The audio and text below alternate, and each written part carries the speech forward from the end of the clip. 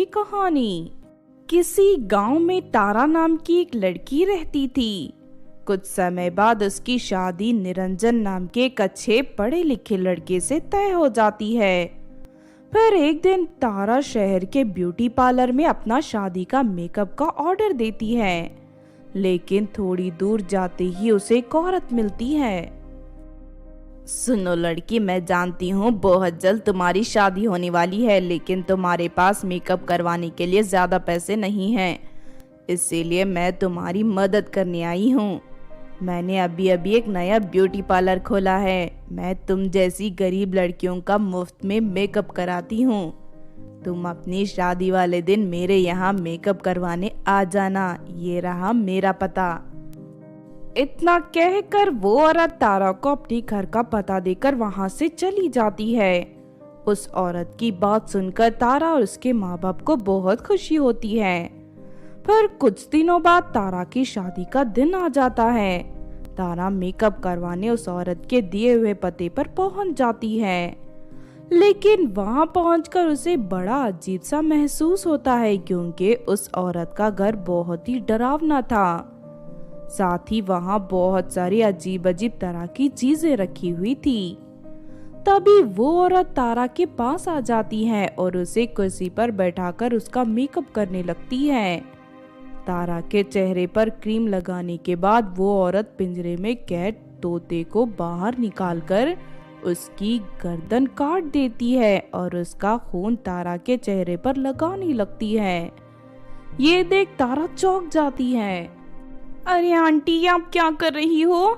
इस तोते का खून मेरे चेहरे पर क्यों लगा रही हो? देखो, तुम इस वक्त कुछ मत बोलो। मैं खास तरह का जादुई मेकअप तुम्हारे चेहरे पर लगा रही हूँ। इसे लगाने के बाद तुम हमेशा के लिए गोरी और खूबसूरत बन जाओगी। इतना कहकर वो औरत सारा खून तारा के चेहरे पर लगा देती है। इस तरह अजीब अजीब ढंग से वो औरत तारा का मेकअप कर देती है। तारा अपने आप को आईने में देखती है। अपनी खूबसूरती देख उसे अपनी आंखों पर यकीन नहीं होता। फिर तारा उस औरत का धन्यवाद देकर अपने घर लौट जाती है।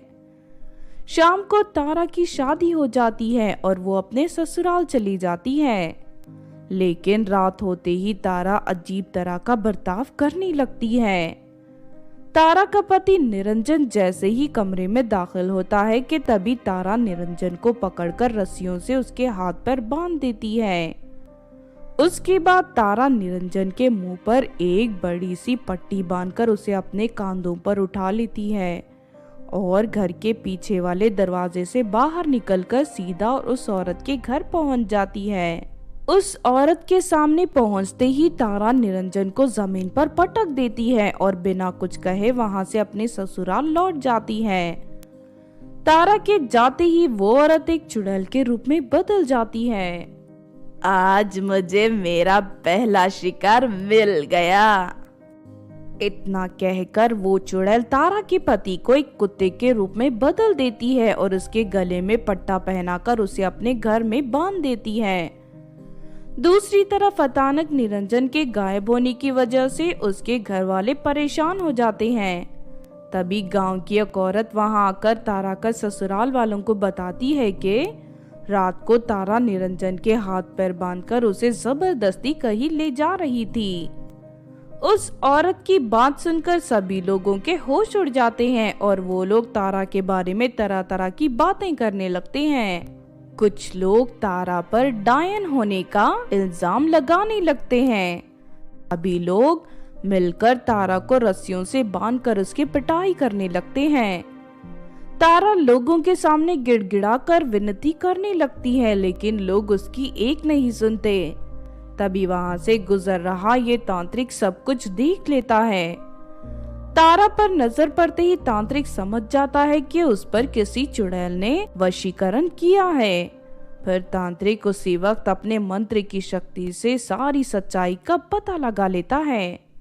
ठहर जाओ तुम लोग, इस मासूम लड़की को बेवजह परेशान कर रहे हो। इस पर एक चुड़ैल ने भूतिया वशीकरण किया है, जिसकी वजह से मजबूर होकर ये मासूम लड़की अपने पति को चुड़ैल के हवाले करके आ गई। वो चुड़ैल बहुत ही खतरनाक है। वो इंसानों को कुत्ता बनाकर अपना गुलाम बना लेती है। तांत्रिक जी, लगता है आप बहुत ही पहुंचे हुए तांत्रिक हैं। आप ही मेरे बेटे को उस चुड़ैल के कैद से आजाद करा ला सकते हो। तुम चिंता मत करो, मैं तुम्हारे बेटे को कुछ नहीं होने दूंगा। इतना कहकर तांत्रिक सीधा उस चुड़ैल के घर पहुंच जाता है। तभी तांत्रिक देखता है कि कुत्ता बना निरंजन दुखी होकर रो रहा है। तांत्रिक अपने मंत्र की शक्ति से उसे वापस इंसान बना देता है और उसे लेकर वहां से जाने लगता है। लेकिन तभी चुड़ैल उसके सामने आकर खड़ी हो जाती है। और देख चुड़ैल, मैं तुझे कोई नुकसान नहीं पहुंचाऊंगा, बस इस नौजवान को चुपचाप यहाँ से जाने दे।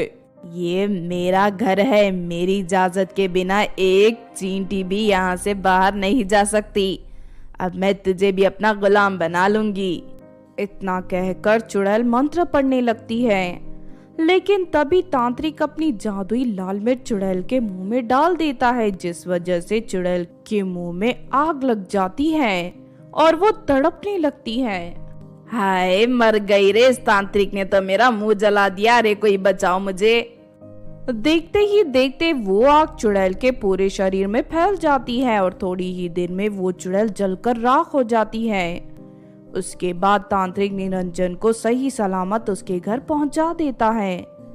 इस तरह सब कुछ ठीक हो जाता है। उस दिन के बाद से तारा अपने ससुराल में हंसी खुशी रहने लगती है। तो आपने देखा दोस्तों मेकअप करने वाली चुड़ैल की कहानी। इस कहानी से हमें ये सीख मिलती है कि बुरे और बुरी सोच वाले लोग चाहे जितनी भी कोशिश करें, लेकिन वो अपने गलत इरादों में कभी कामयाब नहीं होते। अंत में उन्हें अच्छाई के हाथों मात खानी ही पड़ती है। इसीलिए हमें कभी भी कोई गलत काम नहीं करना चाहिए। अगर ये कहानी आपको अच्छी लगी हो तो ज़रूर लाइक करें और हमारे चैनल छोटू टीवी को सब्सक्राइब भी कर लें। और हाँ दोस्तों, हमें कमेंट करके ज़रूर बताना कि आपको कहानी कैसी लगी।